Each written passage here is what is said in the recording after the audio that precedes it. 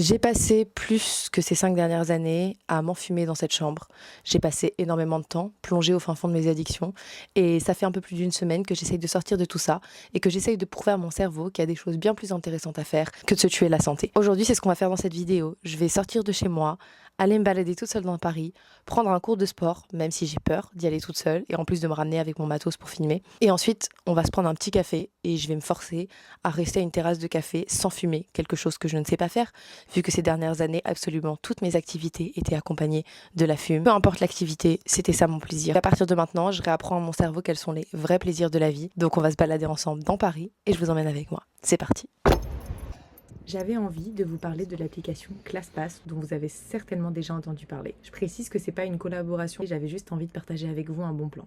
ClassPass, c'est une application sur laquelle tu as accès à tous les cours de sport, de danse, de yoga qu'il y a dans ta ville.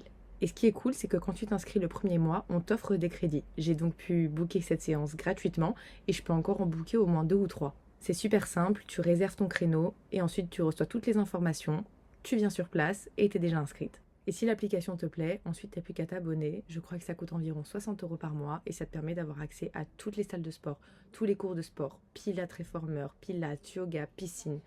Franchement, il y a beaucoup de choses et donc cette semaine, j'ai envie d'en tester un maximum. Je stresse un peu.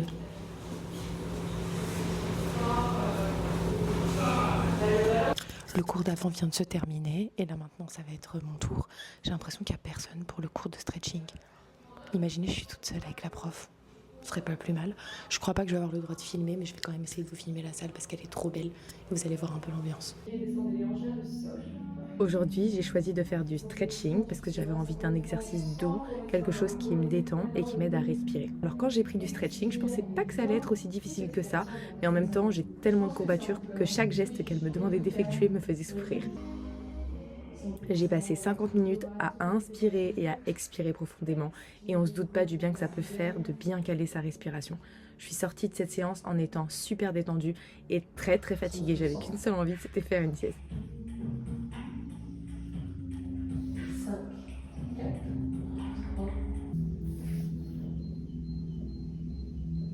J'ai beaucoup aimé l'ambiance de ce petit studio, lumière tamisée, musique de fond, on entendait même les oiseaux de l'extérieur, c'était génial, un moment vraiment top et ça m'a donné encore plus envie de réserver ma prochaine séance.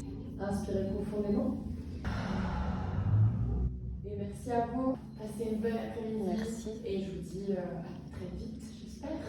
Cours de stretching terminé. J'étais trop nulle dans les exercices, mais ça m'a fait un bien de fou parce que c'était 50 minutes durant lesquelles tu respires profondément. Maintenant, on est dans le 20e arrondissement, je connais pas du tout le quartier. Je vais regarder un petit peu si je trouve un petit café. À la base, j'avais trouvé un petit café, je m'étais dit que j'allais y aller en voiture, mais je viens de voir qu'il y en a un autre à 140 mètres. Donc je vous propose qu'on marche, on connaît pas le quartier, c'est l'occasion justement de se balader un peu dans Paris. Allons-y.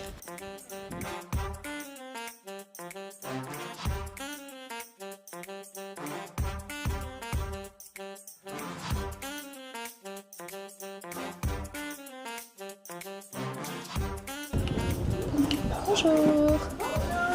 Vous allez bien? Très bien.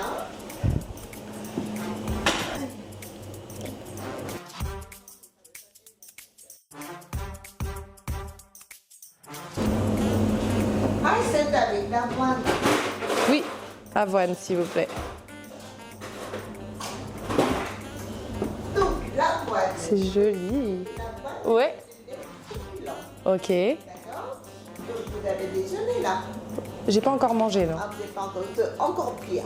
C'est encore pire. Ouais, parce que ça va rentrer dans votre sang et ça fait un pic de glycémie très fort. C'est vrai. Qu'est-ce que vous me conseillez comme lait? Moi, je propose avec le lait de soja, Oui. le lait de coco qui est excellent. Ah, j'ai jamais fait lait de coco. Ah bah mettez-moi lait de coco. Mais mélanger les deux sont excellents. Ok. Et ça arrondit le goût. En termes de nutrition, il est très bien. Ok, bah, je veux bien. Vous emmenez l'avoine, mais c'est pour votre pancréas. Ok, d'accord. J'accepte. Très bonne idée. Je vous écoute. Oui, en fait, les gens, ils prennent de l'avoine. Je sais, on m'a déjà dit que c'était pas bon. C'est inflammatoire. C'est indien. Ok, oui. Chai latte, ça vient. Ouais, c'est 4 litres. Vous m'avez mis quoi là, coco? C'est mis à moitié de coco, moitié de soda. C'est super bon. Et ça rajoute un petit goût le coco à la fin. La prochaine fois, vous goûterez avec amande aussi. Ok, d'accord, je goûterai. Avec grand plaisir. Merci beaucoup en tout cas. C'était un plaisir. À bientôt. Adorable la dame. Je sais pas si vous avez vu, mais elle faisait plein de matcha et tout. J'ai préféré prendre un café. J'aurais dû prendre un matcha pour goûter le sien parce qu'elle fait des spécialités sud-coréennes. Et au moment où je lui ai dit que je voulais du lait d'avoine, elle m'a dit: est-ce que vous avez mangé? Moi, je lui dis non, j'ai pas encore mangé, je suis à jeun. Elle me dit alors non, je vais pas vous mettre de lait d'avoine. Le lait d'avoine, c'est pas bon quand on n'a pas mangé. Je sais pas c'est quoi cette mode qu'il y a en France de boire son café avec du lait d'avoine, mais c'est vraiment pas bon pour le corps. Moi, je vais vous faire un petit mélange soja, lait de coco. Vous allez voir, ça sera tout aussi bon que le lait d'avoine. Et elle a raison, c'est super bon. Et j'aime trop tomber sur des petites dames comme ça. Elle m'a dit oui, le pancréas. Notre pancréas, il a une durée de vie entre 50 et 60 ans. Manger de l'avoine, c'est très bon, mais quand on le transforme en lait, ça devient raffiné, c'est ce qu'elle m'a dit. Et donc, c'est vraiment pas bon pour notre corps. Donc vraiment, je vous conseille de passer au lait de coco. Et en vrai, ça fait longtemps que j'ai envie d'abandonner le lait d'avoine et que j'ai envie de tester un autre lait. Alors, j'essaye de boire du lait d'amande, mais là, avec le lait de coco, c'est au top du top. Bon, je voulais me poser dans un café pour lire, mais vous avez vu, j'ai pas osé. Il était tout petit, son restaurant. Et j'avais pas envie d'être toute seule et que enfin je sais pas. Il est trop bon son café. Je suis choquée comment c'est trop bon. Incroyable. Regardez ce qu'il y a comme cours demain. Alors, donc demain, j'aimerais bien faire un cours de pilates. Donc vous voyez, vendredi, donc là j'ai choisi mon jour. Et il y a tous les endroits où il y a des cours. De toute façon, je vais vous faire un screen. C'est entre 7 et 15 crédits par cours. Là, il m'en reste 30, donc j'ai encore plusieurs cours. J'ai trop hâte, j'ai trop envie de réserver un cours pour demain là. Je pense que c'est ce que je vais faire. Deuxième partie de cette vidéo, on va s'attaquer à toutes les choses qu'on dit qu'on va faire et qu'on va faire et qu'on va faire et qu'on ne fait jamais.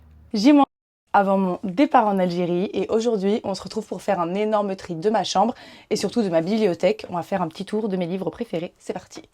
Ça c'est un des cartons qui va aller à Emmaüs et dans lequel on va mettre plein de livres. Et ça c'est tous les livres que j'ai à trier, plus tous ceux qu'il y a sur mon lit. J'ai tellement de livres, c'est une cata. C'est parti pour le rangement. Cette vidéo, elle est vraiment dédiée aux gens qui ont envie de lire et qui cherchent des nouvelles choses à lire. Je vais en profiter pour vous parler de mes livres préférés. On va commencer par vider ce tiroir et on va choisir ce qu'on met à Emmaüs, ce que je garde avec moi en Algérie et ce que je laisse ici. Alors, on commence avec L'amour au temps des scélérats d'Anouar Ben Malek. Ça c'est un livre que j'ai acheté à Alger. Je suis allée me balader près de la place de l'Émir Abdelkader. Je l'ai acheté à la librairie qui se trouve sur la Grande Place. Et j'étais allée voir le libraire en lui demandant de me recommander des livres qui étaient particulièrement vendus en Algérie pour pouvoir découvrir un nouvel auteur. Et donc il m'a proposé ce livre. Je vais pas vous mentir, ça a vraiment pas fait partie de mes coups de cœur. Alors apparemment, ce livre, il faisait partie du top des ventes en Algérie. C'est un auteur marocain. C'est un livre qui se passe au Proche-Orient et il y a quelques points historiques dedans, mais c'est aussi un livre un peu fantastique dans lequel on parle de dieux et de déesses. Et je vais pas vous mentir, j'ai pas du tout terminé ce livre parce que je n'ai pas accroché. J'ai pas accroché ni avec le style ni avec l'histoire. Et moi, j'ai du mal à me forcer quand j'aime pas trop les livres. Donc voilà, je l'ai pas terminé, mais c'est un beau souvenir de mon voyage en Algérie. Par contre, je vais le donner. Hop! L'Arabe du futur de Riyad Sattouf. Je pense pas que j'ai besoin de présenter cet auteur. Il fait des BD, enfin cet auteur, ce dessinateur, il fait des BD que j'ai beaucoup aimé. D'ailleurs, je l'ai fini celui-ci, j'ai lu le 1 et le 2. Mais je vais les donner parce que mon but vraiment c'est de me débarrasser d'un maximum de choses et je peux pas tout emmener en Algérie, donc ça va à Emmaüs. Yasmina Khadra, l'outrage fait à Sarah Aker. Bon, vous savez qu'il va y avoir beaucoup de Khadra dans cette vidéo parce que j'ai absolument tous ces livres. L'outrage fait à Sarah Aker, c'est un livre qui se passe au Maroc et ça raconte l'histoire d'un policier dont la femme a malheureusement été violée. Ça parle de toute l'enquête et de toute l'histoire. J'ai trop aimé ce livre. Je me souviens qu'à cette époque-là, c'était l'été et je le lisais sur mon toit. Parce qu'en fait, là, j'ai un Velux et à l'époque, je montais sur mon toit quand il faisait beau. Je me souviens avoir lu ce livre sur mon toit. Je l'ai trop aimé. Mais je vais le donner parce que j'ai déjà beaucoup trop de cadras. Ok, on continue. Ah, encore un cadra, La dernière nuit du Raïs. Donc celui-ci, il parle de la chute de Kadhafi. Donc c'est un livre qui est basé bien évidemment sur des faits historiques, bien que je ne pense pas que tout ce qui soit écrit dans ce livre soit vrai. Je l'ai beaucoup aimé. Je l'ai trouvé super intéressant. J'hésite, je le garde ou je le donne. Je vais le garder. Je vais le garder, mais il va rester chez moi. Ok. Abdelmalik, qu'Allah bénisse la France. C'est un livre que j'ai lu il y a très très très longtemps. Pour vous dire, j'ai un peu de mal à me souvenir de ce dont il parle, mais je sais que je l'ai adoré. Abdelmalik, c'est un rappeur et ça raconte un peu l'histoire dans certaines banlieues de France. Ça aborde plein de thèmes sociétaux qui sont encore d'actualité aujourd'hui. Vraiment, c'est un livre que je vous recommande de lire à 100%. Moi, je l'ai trop aimé et celui-là, je le garde, il fera partie de ma bibliothèque. Alors là, on rentre vraiment dans mon intimité. Ce sont mes agendas du collège. J'ai gardé tous mes agendas du collège, du lycée. Trop, trop drôle.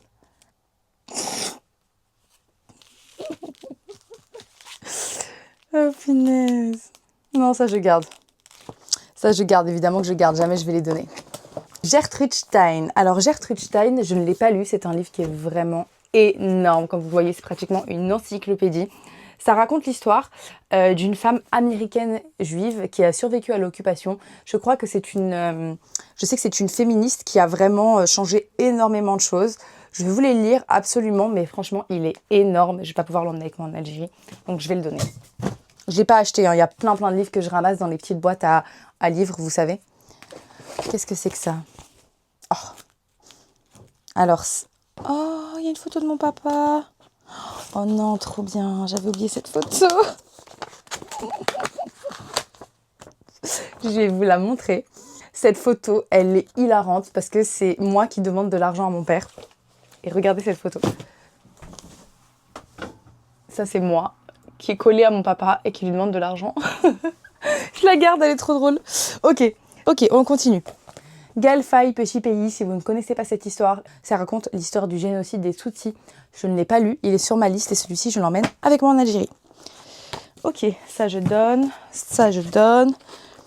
Dis-moi où tu as mal et je te dirai pourquoi. Je pense que je vous ai parlé de ce livre au moins 100 fois. C'est un livre qui se penche sur les douleurs et les maladies en rapport avec l'âme. Vous savez que moi j'y crois énormément. Je pense que nos émotions, quand on les stocke, que ce soit la colère, la tristesse, le chagrin, quand on les stocke, quand on n'en parle pas, quand on n'évacue pas, quand on pardonne pas, eh ben ça peut créer des maladies, ça peut créer des maux. Ça peut être avoir mal au dos, ça peut avoir mal dans l'épaule, avoir mal dans la jambe. Pour moi, tous les mots qu'on a dans notre corps sont significatifs et ont un sens au-delà de juste « j'ai mal ici ». Et donc ce livre-là m'a appris énormément de choses, je l'aime beaucoup. Je le donne parce que je l'ai en double. Ça va aller chez Emmaüs. Mais non, regardez ça. Alors ça, c'est un carnet dans lequel j'écrivais. Alors je ne sais pas si vous voyez, j'ai fait des études d'arabe littéraire pendant un an. J'ai un an et demi.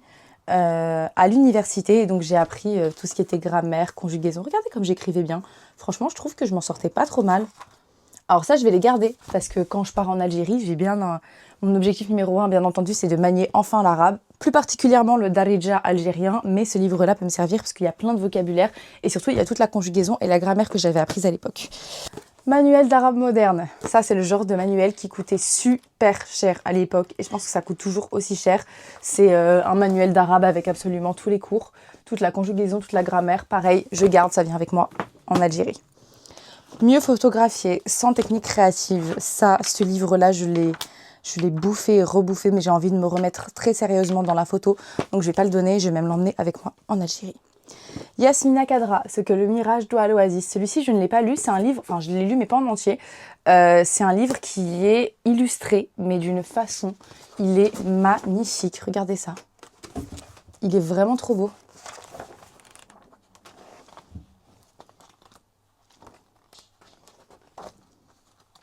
Il est trop beau ce livre, je vais pas le donner. Je l'ai pas lu en entier, mais je vais le garder parce que c'est pas un cadra habituel, il est un peu différent des autres. Donc je le garde avec moi. Ok, on continue. L'Attaque des Titans pour les gens qui sont fans d'animé. Ça, c'est un énorme cadeau qu'on m'a fait pour mon anniversaire. C'est une édition colossale qui regroupe je sais pas combien de... Il est magnifique, il est tellement bien illustré, il est super beau, c'est un bête de cadeau.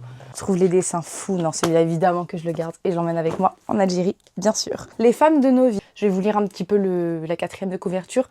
Malika aimerait tant lui montrer une autre Algérie, celle de la joie de vivre, celle qu'elle a oubliée mais qui existe encore. Elle grillera le peu d'argent qui lui reste sur son compte pour découvrir avec son amie Suzanne l'insouciance volée à ses 16 ans, rire comme deux gamines dans les rues d'Alger, assommées par ce même soleil qui inonde autant la Corse que son pays. Celui-ci, je le garde. Je l'ai trouvé au travail, parce qu'à mon boulot, ils ramenaient souvent des livres. donc je l'ai volé. Yasmina Khadra, Khalil, c'est un livre qui parle des attentats du 13 novembre 2015 à Paris. Ça raconte l'histoire, non pas la vraie histoire, hein, c'est bien sûr imaginaire, d'un des terroristes qui s'est fait exploser devant le stade de foot. Je crois que c'est ça. Je l'ai lu, j'ai bien aimé ce livre. De toute façon, j'aime bien les cadrans en général. J'aime bien sa façon d'écrire, mais il y a certaines choses qui me dérangent un peu chez lui. Celui-ci, je vais pas le garder. Bien que j'ai beaucoup aimé le livre, je vais le donner parce que j'en ai beaucoup trop. Christophe André, Libre, imparfait et heureux. Je vous ai déjà parlé de cet auteur. C'est un psychiatre, c'est ça. Psychiatre à l'hôpital Sainte-Anne à Paris.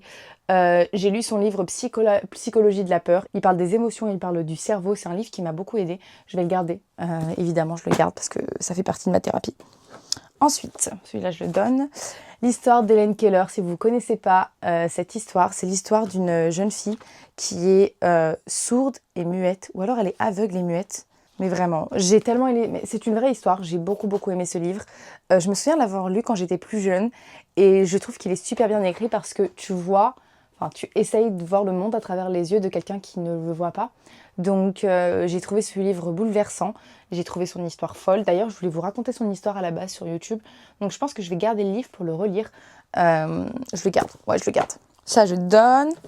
Les Mille et une nuits. Les Mille et une nuits, je me régale de ces petites histoires. D'ailleurs, j'ai un petit livre comme ça, avec des contes arabes tirés du Maghreb, qui se passent en Algérie, au Maroc, en Tunisie. J'aime trop les petits contes avec des morales comme ça.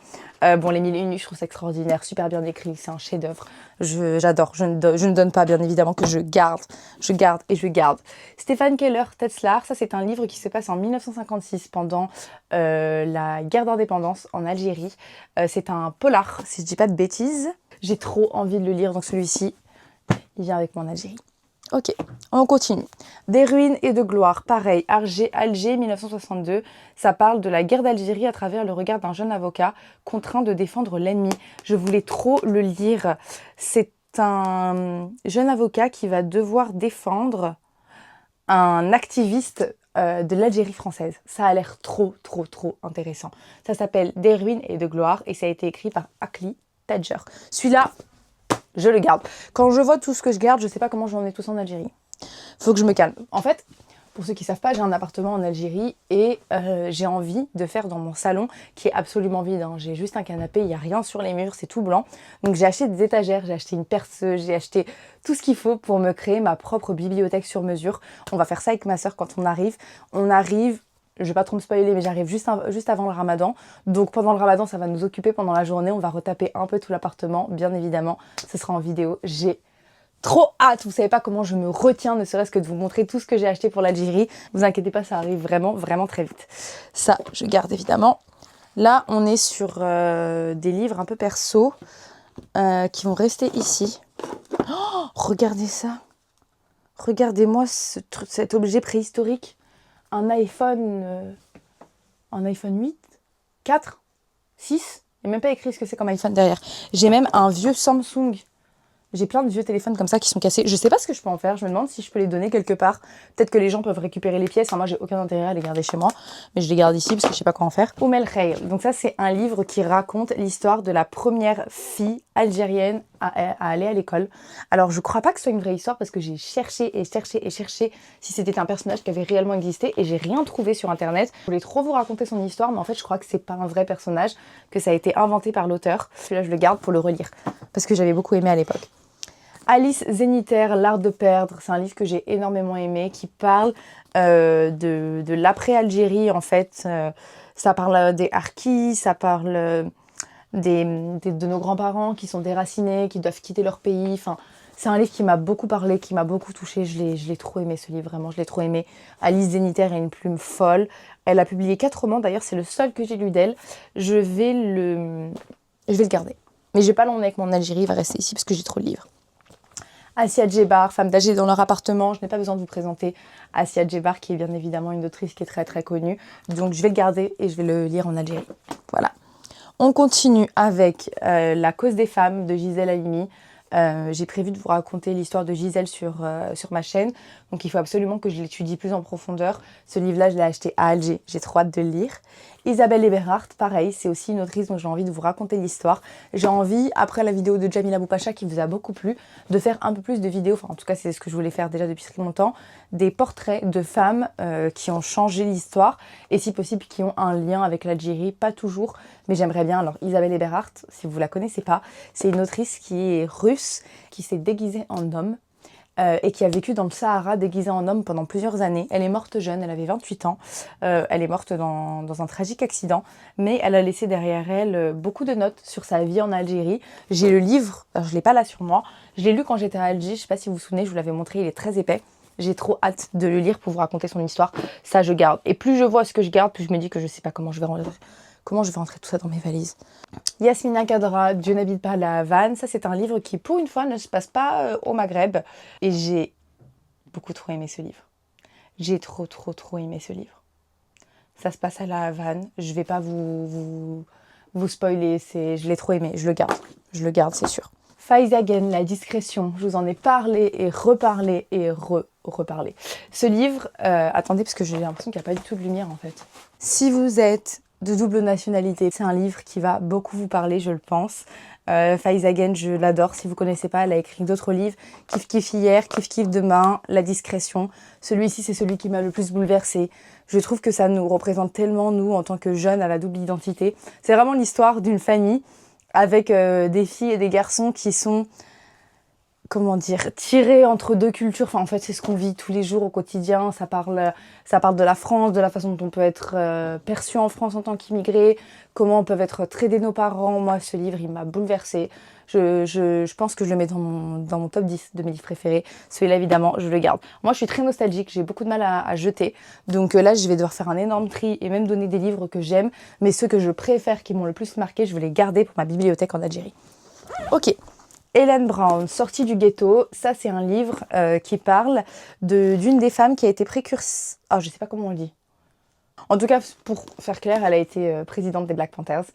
C'est la première femme à avoir été présidente des Black Panthers. Je voulais lire son livre, je ne l'ai pas lu. Je vais pas le garder parce que j'en ai beaucoup trop. Ça va aller à Emmaüs. Voilà. Bon, je crois qu'on a presque... Ah non, on n'a pas fait le tour. Romain Gary, La vie devant soi, dans mes top 10 de mes livres préférés. Il n'y a aucun moyen. J'aime tous les livres de Romain Gary. Celui-ci, je l'ai lu quand j'étais au lycée. Pour vous dire, il m'a tellement bouleversée que je m'en souviens encore aujourd'hui.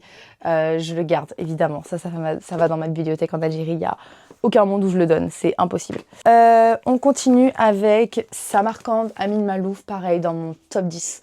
Presque même dans mon top 5. Si j'ai même pas envie de vous dire que c'est mon numéro 1. Ce livre, je l'ai lu une fois. Et j'en ai parlé et reparlé. Je ne sais pas pourquoi j'ai autant aimé ce livre. J'aime beaucoup Amin Malouf, j'aime sa plume, j'aime ce qu'il raconte, j'aime les points historiques, j'aime la façon dont tu apprends des choses. Enfin bref, en tout cas c'est vraiment un livre que je vous recommande, je l'adore, vraiment, je le garde évidemment.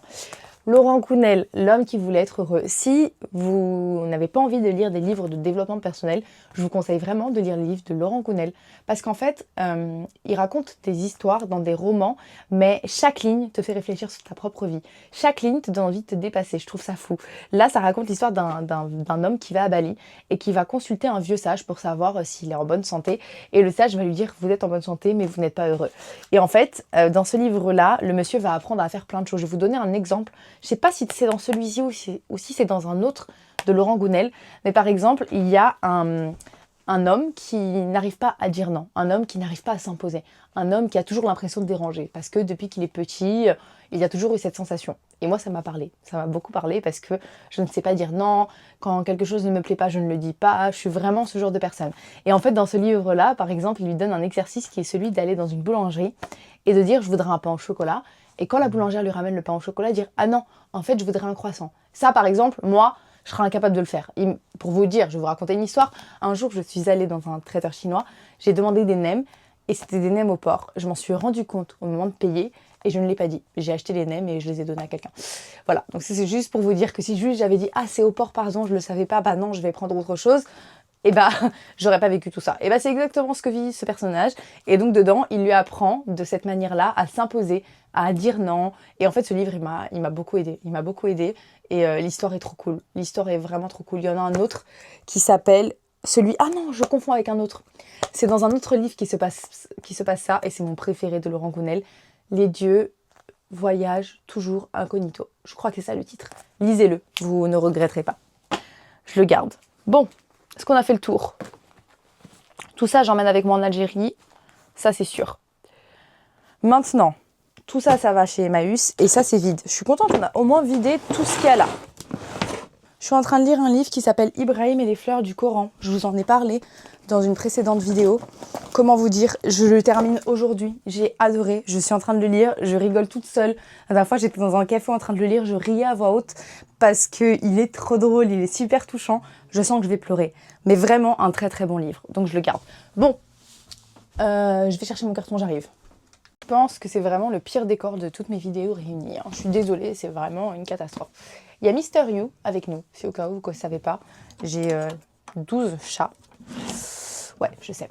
Vous savez que je suis une fan des coffres, j'en ai déjà parlé, je trouve ça magnifique, surtout les anciens coffres qu'on trouve en Algérie.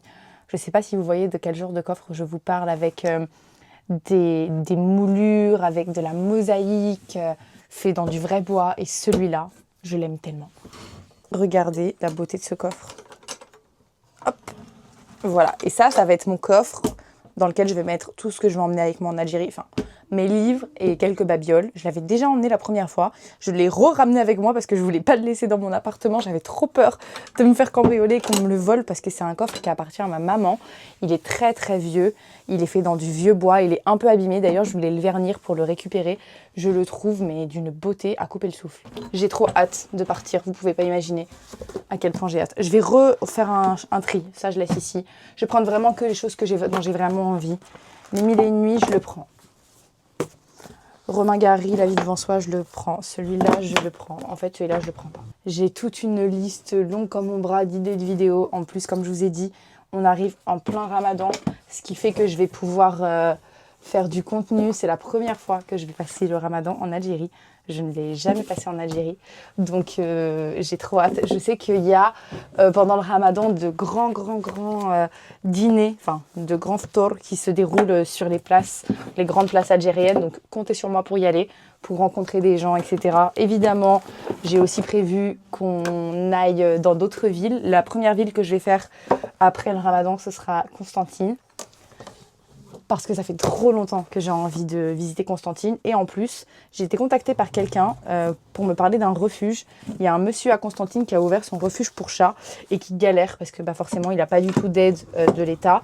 Et il a besoin d'aide, de visibilité, de dons.